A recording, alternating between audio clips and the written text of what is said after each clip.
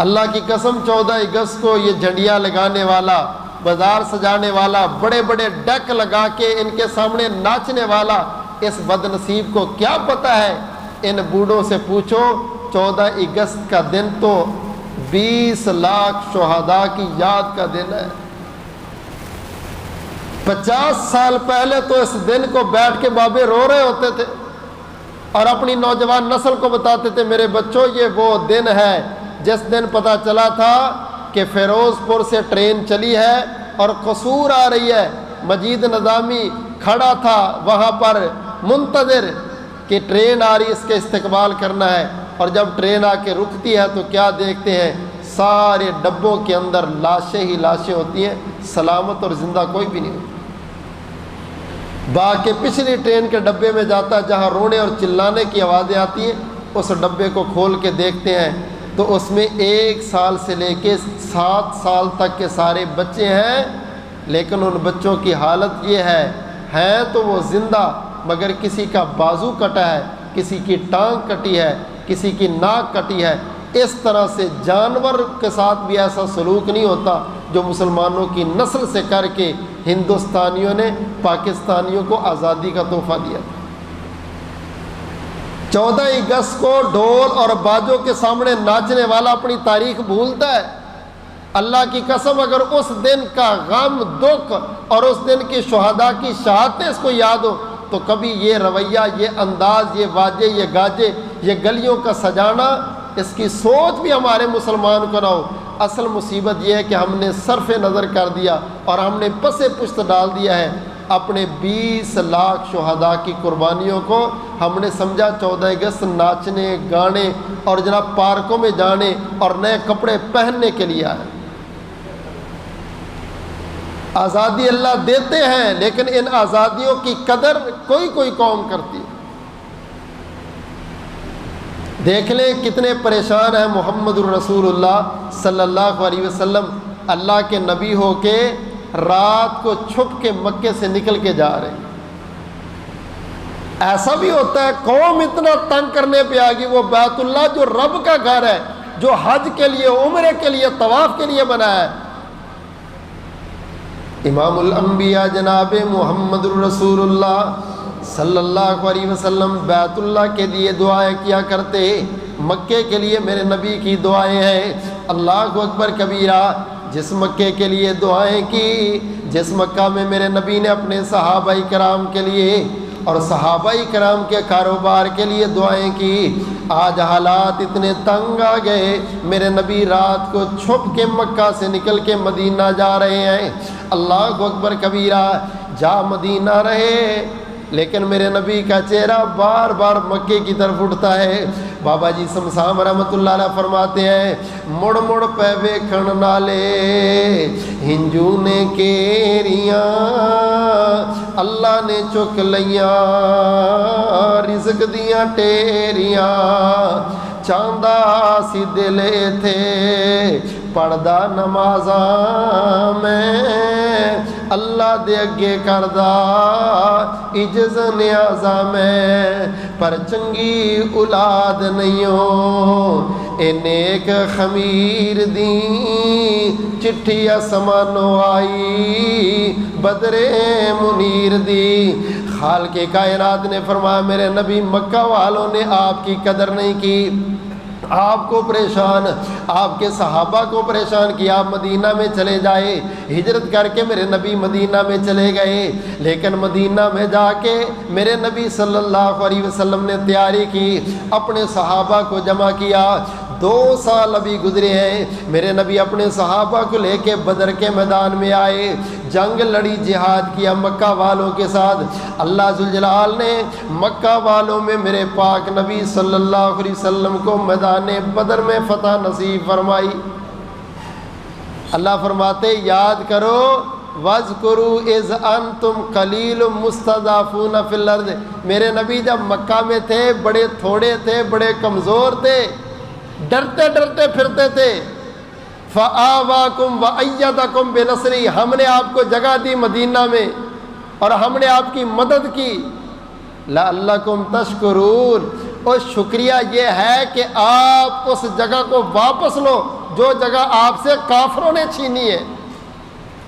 ہندوستان میں رہنے والے ہندو جنہوں نے ہمیں وہاں سے نکالا، ہمارے وڈیروں کو نکالا، ہمارے اوپر حق ہے، فرض ہے کہ وہ جگہ ہم واپس لیں اور مسلمانوں کے قبضے میں اس کو لے کے۔ رسول اللہ صلی اللہ علیہ وسلم نے بدر لڑ کے بیٹھے نہیں، آپ نے صحابہ اکرام کو دوبارہ تیار کیا۔ سن 8 ہجری، صرف 8 سال کے بعد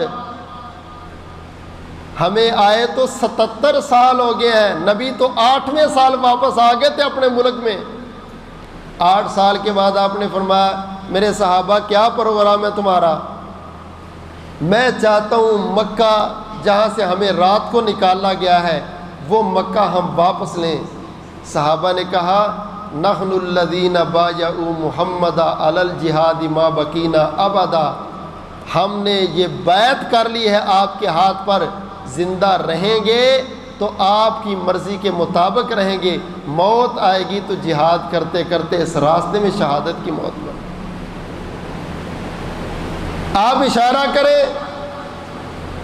جو آپ ہمارے بچے ہمارا مال قبول کریں گے ہم سعادت سمجھیں گے، جو آپ چھوڑ دیں گے ہم اپنا نقص سمجھیں گے۔ میرے نبی نے آزادی کی قدر، آزادی کی قیمت کیا لی کہ آپ نے آ کر کے مکہ میں وہ جگہ واپس لی جس جگہ سے میرے نبی اور صحابہ کو نکالنا تھا۔ اسی جگہ پہ بلال پہ ظلم، صہیب پہ ظلم، سلمان پہ ظلم، سمیہ زنیرہ پہ ظلم، وہ جگہ میرے نبی نے واپس لی۔ اور واپس کس طرح سے لی؟ 10,000 کا لشکر لے کر محمد الرسول اللہ صلی اللہ علیہ وسلم تشریف لائے۔ آقا فرماتے یہ جو احد ہے نا یہ مجھ سے محبت کرتا ہے، میں احد سے محبت کرتا ہوں۔ مجھے اللہ کا وعدہ یقین تھا، اللہ کے وعدے پہ ایک ایک دن آئے گا، مکہ بھی اللہ ہمیں ضرور دے گا، احد بھی اللہ ہمیں ضرور دے گا۔ آزاد قومیں بھولتی نہیں ہیں، وہ اپنے ٹارگٹ کو کلیئر کرتی ہیں۔ رسول اللہ صلی اللہ علیہ وسلم تشریف لائے، آپ نے مکہ کی سرزمین پر 10,000 کے لشکر سے حملہ کیا، سارے بھاگ گئے، اللہ اکبر کبیرہ، کوئی مقابلہ نہیں کر سکا، کچھ چھپ گئے، کوئی بھاگ گئے۔ فرمایا میرے صحابہ جو اندر چھپ جائے اس کو نہیں مارنا، عورت کو نہیں مارنا، بچوں کو نہیں مارنا، بوڑھوں کو نہیں مارنا، جو سامنے لڑنے کے لیے آئے صرف اس کو ہی مارنا ہے، جو اندر چھپ کے بیٹھ جائے اس کو بھی نہیں مارنا، جو بیت اللہ میں جمع ہو جائے اس کو بھی نہیں مارنا۔ اللہ اکبر کبیرہ، میرے نبی نے اپنا سر جھکایا ہوا ہے اور فرما رہے الحمدللہ وحدہ نصر عبدا وہزم الاحزاب وحدہ۔ اللہ تیرا شکر ہے جس مکے سے رات کو نکلا تھا مولا اس مکے میں دن کو داخل ہوا ہوں۔ اللہ تیرا شکر ہے تو نے میری مدد کی، اللہ تیرا شکر ہے تو نے سارے گروہوں کو شکست دے کے محمد الرسول اللہ صلی اللہ علیہ وسلم کو غلبہ دیا۔ پتہ چلا اللہ ملک دے، اللہ نعمت دے، اللہ آزادی دے، تکبر نہیں کرتے، جشن نہیں مناتے، ڈھول نہیں بجاتے، شرابیں نہیں چلاتے، بلکہ اللہ کی تعریف کر کے کہتے ہیں الحمدللہ وحدہ۔ اللہ تیرا شکر ہے، اللہ تیرا فضل ہے، اللہ تیری نعمت ہے۔ اور چاہیے تو یہ تھی بدبخت ہو سارے 14 اگست کو 2 رکعت نفل نماز پڑھتے، اللہ کے سامنے لمبا لمبا سجدہ کر کے کہتے اللہ ہمارے شہداء کو معاف کر دے، اللہ ہمارے اکابرین کو معاف کر دے، اللہ قربانیاں دینے والوں کی قبروں کو بارونق بنا دے۔ اور تجھے تو گھنٹوں کے سجدے میں ان کے لیے دعائیں کرنی چاہیے تھی، دعائیں تو دور کی بات ہے، فرض نماز چھوڑ کے بدبخت مجرے کے سامنے کھڑا ہوا ہے۔ یہ 14 اگست منایا جا رہا ہے جی، یہ یوم آزادی منایا جا رہا ہے۔ اور اللہ کے بندوں، آزادی منانے کے یہ طریقے مسلمانوں کے نہیں ہیں، کافروں کے ہیں۔ بدر کے میدان میں نا ابو جہل کنجریاں لے کے آیا تھا، شراب لے کے آیا تھا، کہتا ہے ابھی مسلمانوں کو شکست دینی ہے، اس کے بعد شرابیں پئیں گے، کنجریاں ناچیں گی۔ اس بیچارے کی کنجریاں بھی واپس گئیں، شرابیں بھی واپس گئی اور اس کی گندی لاش بھی واپس گئی۔ اللہ نے سمجھا دیا جو میری نعمت کی قدر نہیں کرتا، جو نعمت ملنے پر باغی بن جاتا ہے، سرکش بن جاتا ہے، میں رب مظلوموں، غریبوں، کمزوروں کو بعض اوقات غالب کر کے اس کو اس طرح شکست دیتا ہوں جس طرح ابو جہل کو دی، بڑے بڑے ان سرداروں کو۔ لو جی، اللہ تعالیٰ نے میرے محبوب پیغمبر کو مکے میں فاتح کی حیثیت سے دیا، گویا کہ حضور نے مکے کو آزاد کروا لیا، اب مکہ بن گیا اسلامی ریاست۔ یہ مکہ جو آپ نے اسلامی ریاست بنایا، اس کے اندر وہ قوانین، وہ اصول، وہ ضابطے جو آپ نے قائم کیے، دنیا میں سب سے پہلی ریاست محمد الرسول اللہ صلی اللہ علیہ وسلم کی اسلامی ریاست ہے، اور ہماری زندگی میں بننے والی پہلی ریاست یہ ملک پاکستان، پہلی اسلامی ریاست۔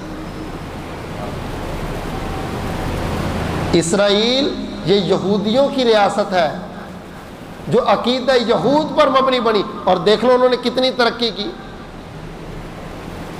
ہم ان کے چال چلن میں پھنس گئے اور اسی لیے ہم کچھ نہ کر سکے۔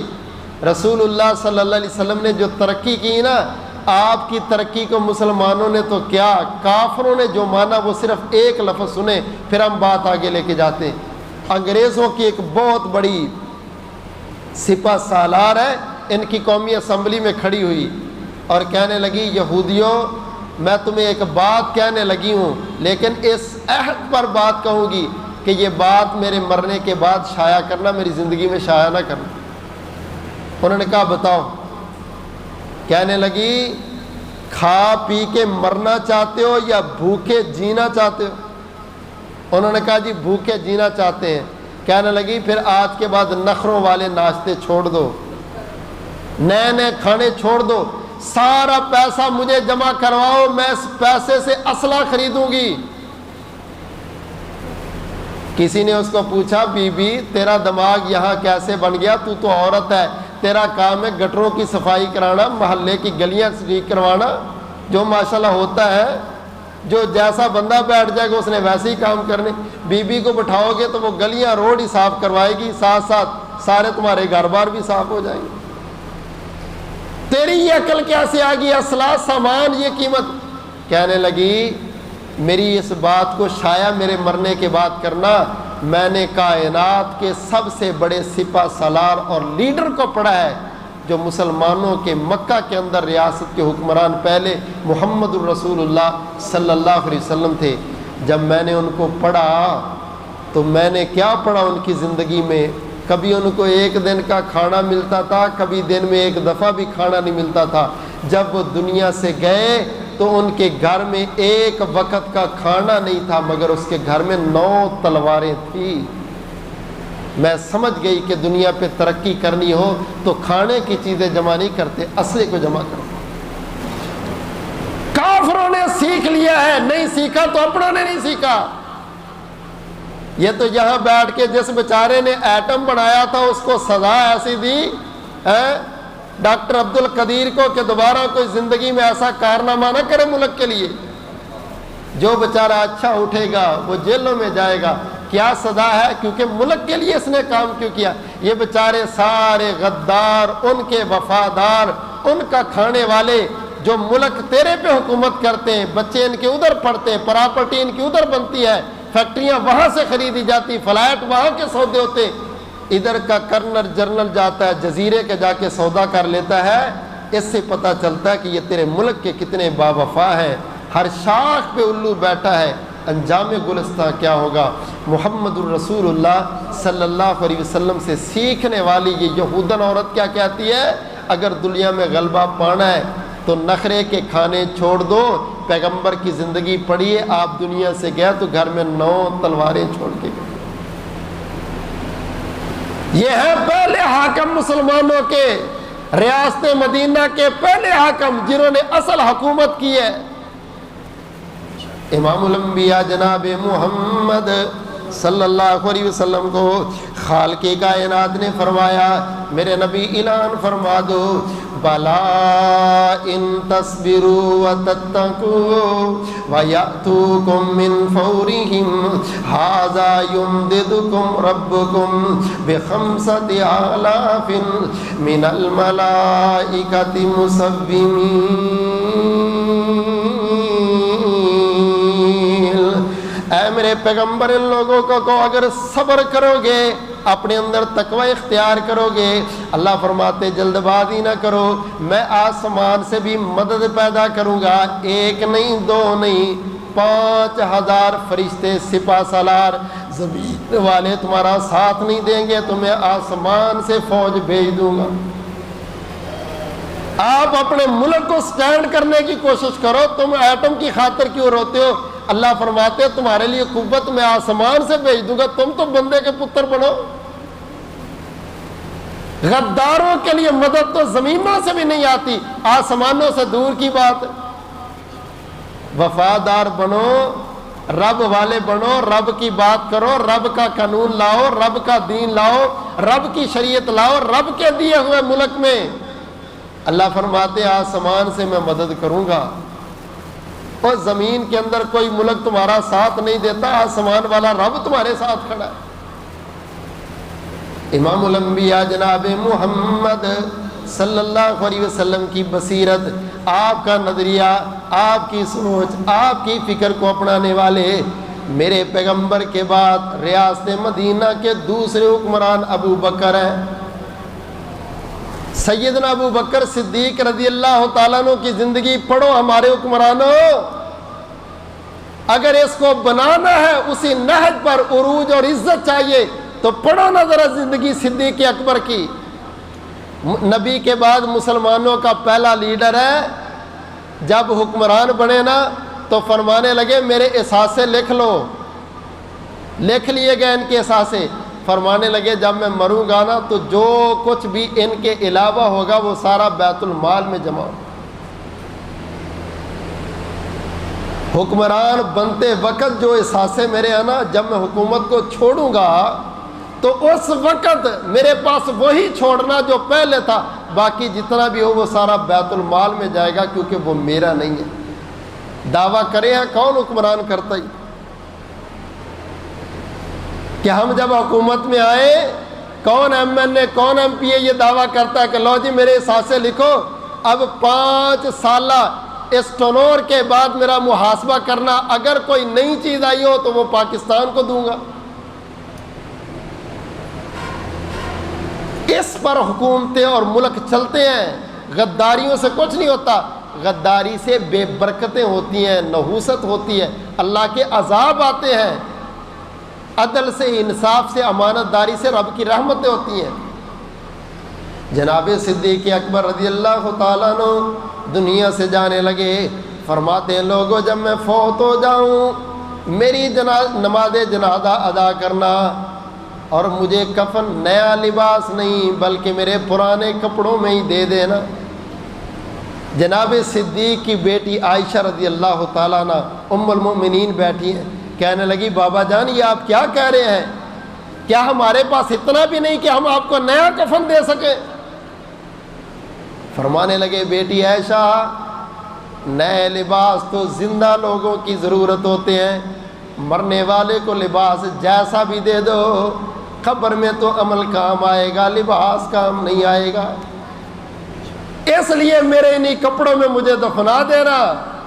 اور مسلمانوں کے حکمرانوں کی مثالیں ان کی دینی چاہیے، ان کی تقریروں میں، ان کے بیانوں میں زندگی صدیق بیان ہونی چاہیے، ان کے لٹریچر میں ان کو پہلے جناب سیرت صدیق پڑھانی چاہیے۔ افسوس یہ ہے کہ یہ سارے بیچارے آکسفورڈ سے پڑھ کے آنے والے جن کو قل اعوذ برب الفلق نہیں آتی، قل هو اللہ نہیں آتی، وہ ہمارے حکمران بن جائے گا تو پھر ایسا ہی ملک چلنا ہے۔ سوچ بیچاروں کی یہ ہے کہ ٹیکسوں پہ ٹیکس لگاؤ، کیوں ملک نہیں چلتا؟ اور بدبختوں ملک ٹیکسوں سے نہیں چلتا، ملک تو مال غنیمت سے چلتا ہے۔ میرے نبی کے پاس جہاں سے بھی مال آیا غنیمت کا آیا، لو جی آج بھی حملہ کرو امریکہ پر، حملہ کرو انڈیا پر، لوٹو ان کا مال، سارے قرضے اتریں گے۔ دیکھو فراوانی آتی کہ نہیں آتی؟ منہ دکھانے کے لیے تو نہیں رکھی فوج ہے، آپس میں ہی ہم پہلے نمبر پہ ہر چیز میں ماشاءاللہ ماشاءاللہ. ہم بھی کہتے ہیں ہماری مسجد والے پہلے نمبر پہ، وہ کہتے ہیں ہمارے شعبے والے پہلے نمبر پہ، وہ کہتے ہیں ہماری فوج پہلے نمبر پہ. ادھر ہی آپس میں لڑ لڑ کے نمبر تقسیم کر لو، کیونکہ کرنا تو ہم نے کچھ نہیں ہے، اس لیے پہلا نمبر ہمارا ہی ہے. اللہ اکبر کبیرہ. جنہوں نے کچھ کرنا تھا ان کی حالت دیکھے ذرا. سیدنا صدیق اکبر کے پاس معاملہ آیا کہ یہ جو آپ نے اسامہ کا لشکر بھیجا تھا نا، اللہ کے رسول فوت ہو گیا تو اسامہ کو واپس بلا لو، ابھی بڑے معاملات ہیں. حضرت ابو بکر صدیق رضی اللہ تعالیٰ فرماتے ہیں کہ اللہ کے رسول نے اس لشکر کو روانہ کیا تھا، ابو بکر اس لشکر کو واپس نہیں بلائے گا. میری لاش کو روند بھی دیا جائے تو میں اپنی لاش کو رندوانا پسند کر لوں گا، مگر جو محبوب نے کام کیا تھا اس کام کو ابو بکر ختم نہیں کر سکتے. اور ریاست مدینہ کا دوسرا حکمران جناب عمر ہے، جو کہتے اگر ایک کتا بھی پیاسا مر گیا 22 لاکھ مربع میل کی حکومت میں تو عمر سے سوال ہوگا آج کتا کتنی بہنیں خودکشیاں کر گئی، کتنے بھائی خودکشیاں کر گئے، اس مہنگائی کی وجہ سے کتنے پھندے پہ چڑھ گئے، اس مہنگائی کی وجہ سے کتنوں نے نہروں میں چھلانگیں ماری، اس مہنگائی کی وجہ سے کتنوں نے زہر کی گولیاں کھا لی. ان سب کا قاتل کون ہے؟ ہاتھ میں وقت ہے. فاقوں نے مار دیا ہے، بھوکوں نے مار دیا ہے، ٹیکسوں نے مار دیا ہے. اللہ کی قسم اس سے بڑا اور عذاب کیا ہو گیا اس قوم کا. تیسرے بڑے سپہ سالار ہیں ریاست مدینہ کے عثمان غنی رضی اللہ عنہ. اور تم نے اپنے حکمران تو سنے ہیں نا، یہ ضیاء الحق ہے، یہ ایوب خان ہے، یہ مشرف ہے، یہ جرنل ہے، یہ کرنل ہے، یہ فلانا ہے. ان کے کرتوت تو تم نے دیکھے ہیں. دیکھو اصل لیڈر تمہارے یہ ہیں. ان لیڈروں کا اگر یہ فالو کرتے، رب کعبہ کی قسم یہ کچھ ان کے ساتھ نہ ہوتا. 44.5 لاکھ مربع میل پر حکمرانی کی ہے جناب عثمان بن عفان نے رضی اللہ تعالیٰ عنہ. آدھی دنیا بنتی ہے اس وقت کی. کیا عروج تھا، کیا عزت تھی، کیا وقار تھا مسلمان تیرا، جب تیرے اندر عزت تھی، جب تیرے اندر ایمان تھا، جب تیرے پاس قرآن تھا، جب تیرے پاس شریعت تھی، جب تیرے پاس دین تھا. مسلمانوں نے اپنی آزادی کا صلہ اس طرح سے دیا ہے، بھولے نہیں ہیں. اللہ اکبر کبیرہ. آج جو بھول گئے ہیں نا وہ بیچارے اتنا بھول گئے ہیں، اتنا بھول گئے ہیں کہ آج ان کو کچھ بھی یاد نہیں رہا. ہندوستان سے آنے والے ہمارے قافلے میں وہ ہماری مائیں بہنیں جو وہاں پر رہ گئی تھیں، ایک خاتون کہتی ہے 14 اگست آتا ہے تو میری روح کانپتی ہے اور مجھے یاد آ جاتا ہے کہ جب تقسیم کا بھی اعلان ہوا تھا تو وہ ہمارے گاؤں میں، ہمارے محلے میں، ہمارے علاقے میں رہنے والے ہندو جن کے ساتھ کھانا پینا آنا جانا سب کچھ تھا، ان بدبختوں کی آنکھیں ایسی بدل گئی کہ انہوں نے آ کر کے ایک ایک کو قتل کرنا شروع کر دیا. ہمارے مردوں کو قتل کر دیتے تھے. کہتی ہیں میں اکیلی کھڑی ہوں تو میری پاس برسیاں اور چھرے لے کے یہ بدبخت آئے تو میرا ننھا سا چھوٹا سا ایک بھائی تھا، مجھے بچانے کے لیے بھاگ کے میرے سامنے آیا. جب میرے سامنے آیا تو ایک بدبخت ہندو نے اپنی کلہاڑی نکالی اور ماری اس کی گردن پہ، اس بیچارے کی گردن اتار دی. آگے بدبخت مسکرا کے کہنے لگا اوئے اتنی آسان تھی تیری گردن تو میں نے اپنی کلہاڑی کو ایسے ہی پلید کر لیا، تجھے تو میں ہاتھ مار کے تیری گردن اتار دیتا. طنزیہ انداز سے یہ باتیں کرتے اور عورتوں کو ساری کو اکٹھا کیا. کہتی میں بد نصیبوں میں سے ہوں جو زندہ بچ گئی. میں بکتی بکاتی ایک ہندو نے میرے ساتھ شادی کر لی، وہ مر گیا، پھر دوسرے ہندو نے میرے ساتھ شادی کر لی. لوگوں 14 اگست آتا ہے تو میرا گھر کا اجڑنا، میرے بہن بھائیوں کا قتل ہونا وہ سارا میرے سامنے آ جائے. آج ان کی نسلیں باجے اور ڈھول ڈمکے اور یہ سب کچھ کرے. اللہ کے بندے تو اپنے وڈیروں کی قربانیاں پڑھ. کتنی مائیں وہاں رہ گئی تھی. اور تو نے تو مسجد بابری کو آزاد کروانا تھا، تو نے تو مسجد اقصی کو آزاد کروانا تھا، تو نے تو ہندوؤں کے پاس رہنے والی اپنی ہر بہن کا بدلہ لینا تھا. اس مسلمان کو فرصت ہی نہیں ہے پب جی گیموں سے اور گندی گندی اور چیزوں سے. تیرے مقابلے گندگی پہ شروع ہو گئے. کافر جیت گیا ہے ہر میدان میں اور مسلمان ہار گیا ہے جب وہ اپنی اصل سے پیچھے اترا. امام الانبیاء جناب محمد صلی اللہ علیہ وسلم نے فرمایا کائنات والو اللہ کا وعدہ ہے وَاذْكُرُوا إِذْ أَنْتُمْ قَلِيلٌ مُسْتَضْعَفُونَ فِي الْأَرْضِ تَخَافُونَ أَنْ يَتَخَطَّفَكُمُ النَّاسُ فَآوَاكُمْ وَأَيَّدَكُمْ بِنَصْرِهِ وَرَزَقَكُمْ مِنَ الطَّيِّبَاتِ لَعَلَّكُمْ تَشْكُرُونَ. مسلمانوں بھلے تم کمزور ہو بھلے تم تھوڑے ہو غیرت مند بن جاؤ صبر والے بن جاؤ تقوی والے بن جاؤ اعلیٰ معیار والے بن جاؤ. غدار نہ بنو بے وفا نہ بنو سوداگر نہ بنو. اپنے ایمان کے سودے نہ کرو اپنی کچہریوں کے سودے نہ کرو اپنی عدالتوں کے سودے نہ کرو اپنے ملکوں کے سودے نہ کرو اپنے ایمان کا سودا نہ کرو اپنے کلمے کا سودا نہ کرو. قائد اعظم بیچارے نے اسی لیے بنایا تھا. بنیاد یہ تھی سوچ یہ تھی ہندو الگ ہے اس کی سوچ الگ ہے اس کی فکر الگ ہے مسلمان الگ ہے اس کی سوچ الگ ہے اس کی فکر الگ ہے. وہ گائے کی پوجا کرنے والا یہ گائے کو ذبح کرنے والا وہ گائے کا پیشاب پینے والا یہ گائے کا گوشت کھانے والا وہ گائے کو سجدہ کرنے والا یہ گائے کو ذبح کر کے کھانے والا. یہ دونوں ایک سوچ والے نہیں ایک فکر والے نہیں ہیں. یہ دونوں اکٹھے نہیں رہ سکتے.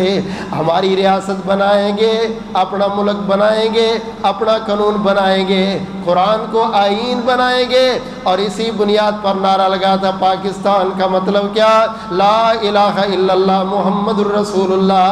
اللہ کی توحید چلے گی میرے پیغمبر کی رسالت چلے گی. بڈیروں کی سب کی یہ سوچ یہ فکر اسی نظریے پر میرے بھائی آج دیکھ لو اس نظریے پر ہم کتنا عمل کر چکے. اگر دیکھیں تو لا الہ الا اللہ والا نظریہ بھی ختم ہے. جگہ جگہ پہ دربار جگہ جگہ پہ غیر اللہ کی پوجا جگہ جگہ پہ غیر اللہ کے سامنے جھکنا ان کے سامنے ان سے ڈرنا ان سے مانگنا یہ لا الہ الا اللہ کے معنی مفہوم کو ختم کرنے والا ہے. اور محمد الرسول اللہ اپنی سوچ شریعت اپنی فکر شریعت اپنی نیت شریعت اپنے جسم کی ساری کے ساری ڈھال چال شریعت اپنا لباس شریعت اپنی ساری زندگی کی شب و روز شریعت یہ محمد الرسول اللہ تھا. ہم اللہ سے توفیق اور دعا مانگتے ہیں اللہ اس عقیدے پر جس عقیدے اور جس بنیاد پر ملک پاکستان بنا تھا اللہ اس ملک کو اسی عقیدے پر باقی رکھ اسی عقیدے پر قائم و دائم فرما. اکابرین جو قربانیاں دے کے چلے گئے مولا کروڑ کروڑ جنت نصیب فرما. اللہ ان کی قبروں کو نور سے منور فرما. مولا اس راستے میں جتنے بھی شہید ہونے والے اس راستے میں جتنے بھی زخمی ہونے والے اس راستے میں جتنوں کی عزتیں لوٹی اللہ ان ظالموں کو تباہ و برباد کر اور مظلوموں کو اللہ اپنے پاس اچھے صلے نصیب فرما. اللہ زندہ رکھے ایمان پہ موت آئی شہادت والی مقبول موت نصیب فرمائے.